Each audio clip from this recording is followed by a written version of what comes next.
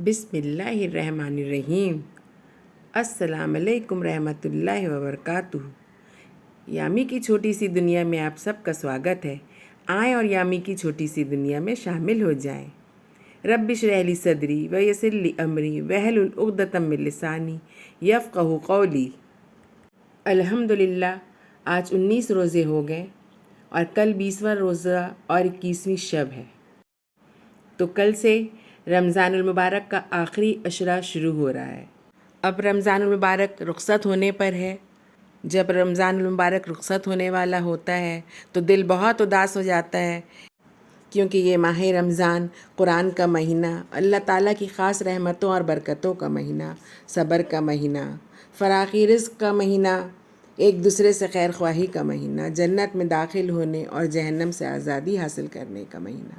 تمام امت مسلمہ کو اس ماہ مبارک کا انتظار رہتا ہے اور ہر مسلمان اپنے اپنے ایمان اور تقوی کے مطابق حصہ پا کر دل کو سکون اور آنکھوں کو ٹھنڈک مہیا کرتا ہے۔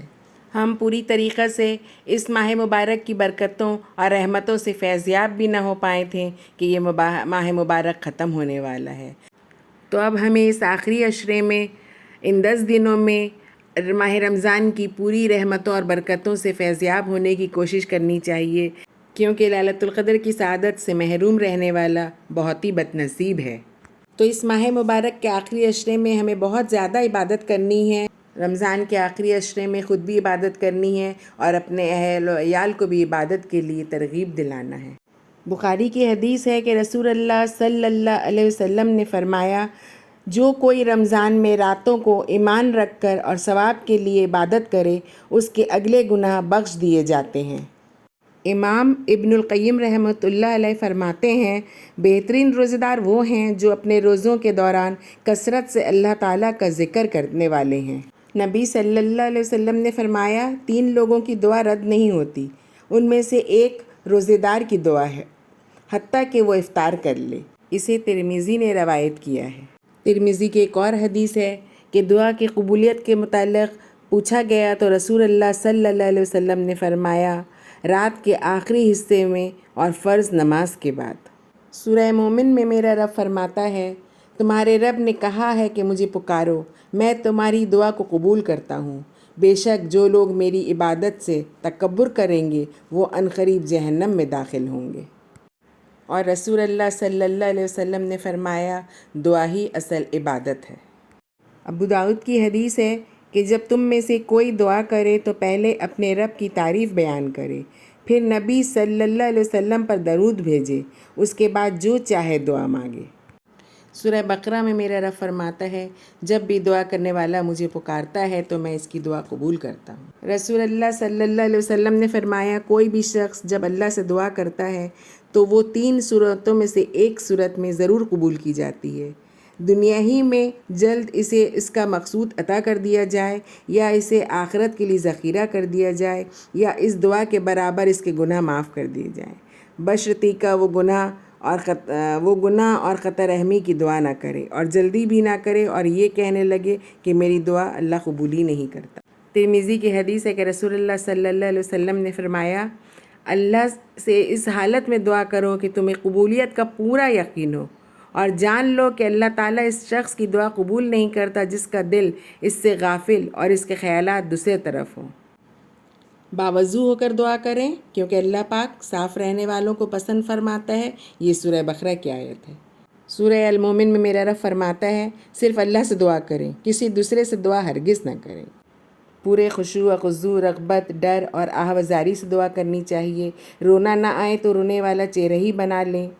آہستہ آواز میں دعا کرنی چاہیے، دعا بار بار کریں، کیونکہ رسول اللہ صلی اللہ علیہ وسلم جب کوئی دعا کرتے تھے تو 3 بار کرتے تھے۔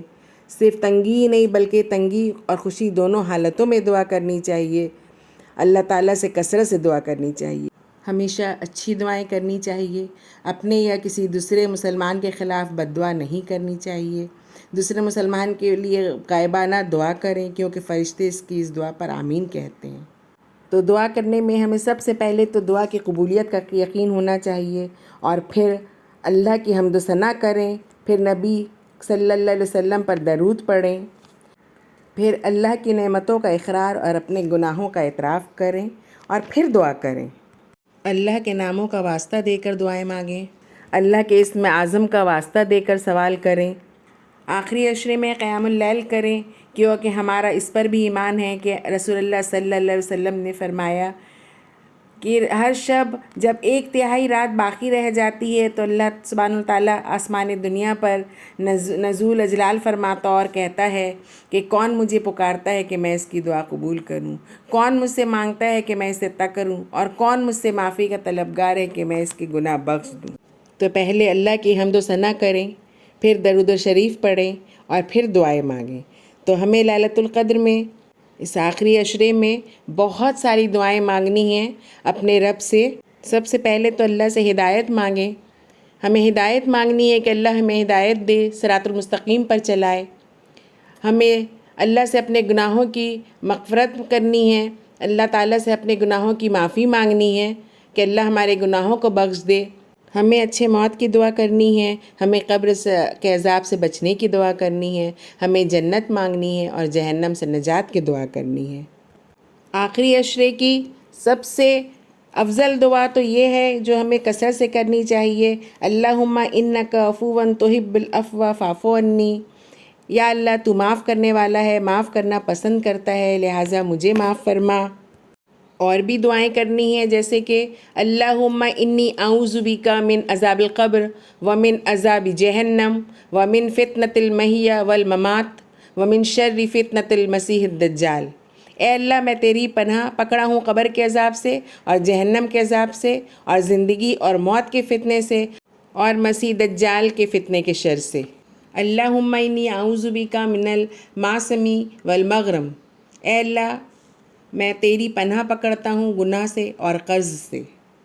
اللہم اعنی علی ذکرک و شکرک و حسن عبادتک۔ اے اللہ میں تیری یاد، تیرا شکر اور تیری عبادت بہتر طور پر کرنے میں میری مدد فرما۔ اے اللہ مجھے بخش دے جو کچھ میں نے پہلے کیا اور جو کچھ میں نے بعد میں کیا اور جو کچھ میں نے چھپا کر کیا اور جو کچھ میں نے اعلانیہ کیا اور جو میں نے زیادتی کی اور جسے تو مجھ سے زیادہ جانتا ہے، تو ہی آگے کرنے والا ہے، تو ہی پیچھے کرنے والا ہے، تیرے علاوہ کوئی عبادت کے لائق نہیں۔ اللہم انی اسألک الجنہ و اعوذ بک من النار۔ اے اللہ میں تجھ سے جنت کا سوال کرتا ہوں اور جہنم کی آگ سے تیری پناہ چاہتا ہوں۔ اللہم انی اعوذ بک من البخل و اعوذ بک من الجبن و اعوذ بک من ان ارد الی ارذل امور و اعوذ بک من فتنۃ الدنیا و عذاب القبر۔ اے اللہ میں بخل سے تیری پناہ چاہتا ہوں اور بزدلی سے تیری پناہ چاہتا ہوں اور اس بات سے تیری پناہ چاہتا ہوں کہ میں عمر کے بدترین حصے کی طرف لوٹایا جاؤں، اور میں دنیا کے فتنے اور قبر کے عذاب سے تیری پناہ چاہتا ہوں۔ اللہم اغفر لی ورحمنی واہدنی وارزقنی۔ اے اللہ مجھے بخش دے اور مجھ پر رحم کر اور مجھے ہدایت دے اور مجھے رزق دے۔ ربنا ظلمنا انفسنا وان لم تغفر لنا وترحمنا لنکون من الخاسرین۔ اے ہمارے رب ہم نے اپنے اوپر ظلم کیا ہے، اگر تو نے ہمیں نہ بخشا اور ہم پر رحم نہ کیا تو ہم یقیناً خسارہ اٹھانے والوں میں سے ہو جائیں گے۔ ربنا آتنا فی الدنیا حسنۃ وفی الآخرۃ حسنۃ وقنا عذاب النار۔ اے ہمارے رب ہمیں دنیا میں بھلائی عطا فرما اور آخرت میں بھی بھلائی سے نواز اور ہمیں آگ کے عذاب سے بچا لے۔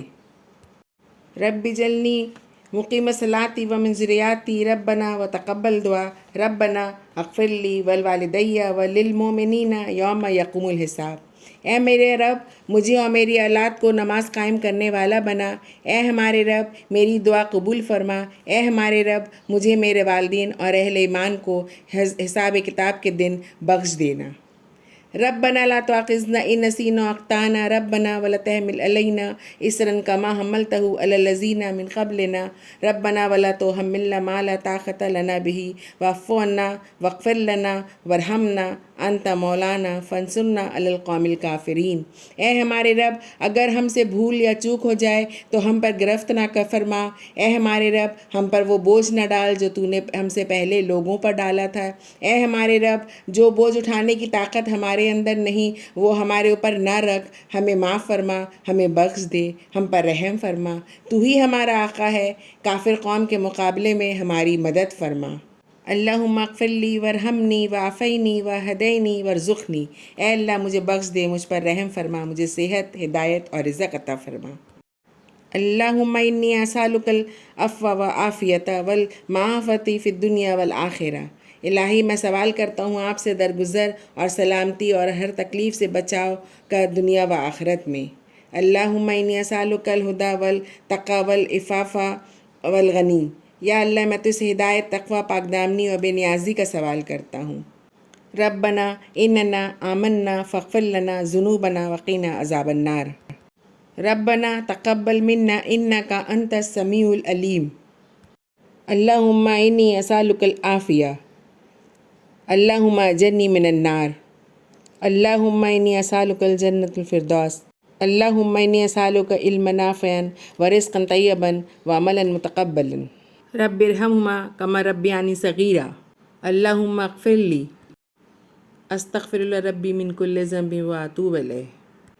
تو اس طرح کی جتنی دعائیں یاد ہیں وہ سب دعائیں ہمیں کرنی ہیں، اپنے رب سے بہت ساری دعائیں کرنی ہیں، اپنے لیے، اپنے اہل و عیال کے لیے، امت مسلمہ کے لیے، شر پسندوں کے شر سے محفوظ رہنے کے لیے، دین کی حفاظت کے لیے، اپنی ہدایت کے لیے، امت مسلمہ کی ہدایت کے لیے، عذاب قبر سے نجات کے لیے، جنت کے لیے، جہنم سے نجات کے لیے۔ یہ قبولیت کا مہینہ، یہ رحمتوں کا مہینہ، یہ برکتوں کا مہینہ گزرا جا رہا ہے۔ بس اب دعائیں کریں، بہت ساری دعائیں کریں، امت مسلمہ کے لیے دعائیں کریں، گڑ گڑا کر دعائیں کریں، اپنے رب سے دعائیں کریں، بہت دعائیں کریں۔ آج امت مسلمہ کو دعاؤں کی بہت ضرورت ہے، تو اس آخری عشرے کو بازاروں میں ادھر ادھر ضائع نہ کریں، بس لگ جائیں دعاؤں میں، عبادت میں، اپنے رب کو راضی کرنے میں۔ آخر میں میرے رب سے میری یہی دعا ہے کہ اے اللہ ہمیں ہدایت دے، ہمیں صراط المستقیم پہ چلا یا رب، اور ہمیں ہمارے گناہوں کو بخش دے، اور ہماری دین کی حفاظت فرما، اور ہمیں توحید پر چلنے کی توفیق عطا فرما، اور ہمیں شر پسندوں کے شر سے محفوظ رکھ، امت مسلمہ کی حفاظت فرما، ہماری مساجد کی حفاظت فرما۔ ہم خطا کار ہیں، گناہ گار ہیں، بخش دے یا رب، رحم فرما یا رب۔ اللہم آمین۔ یا اللہ ہمیں صحیح کہنے، سننے اور سمجھنے کی توفیق عطا فرما اور اس پر عمل کرنے کی توفیق دے۔ اگر آپ کو میرا یہ ویڈیو پسند آیا ہو تو لائک کریں، شیئر کریں، سبسکرائب کریں، اور ہاں بیل آئیکن میں کلک کرنا نہ بھولیں، اور کمنٹ کے ذریعے مجھے اپنے قیمتی مشوروں سے نوازیں۔ خوش رہیں، اپنا خیال رکھیں، اگلے ویڈیو میں پھر ملاقات ہوگی، تب تک کے لیے اللہ حافظ۔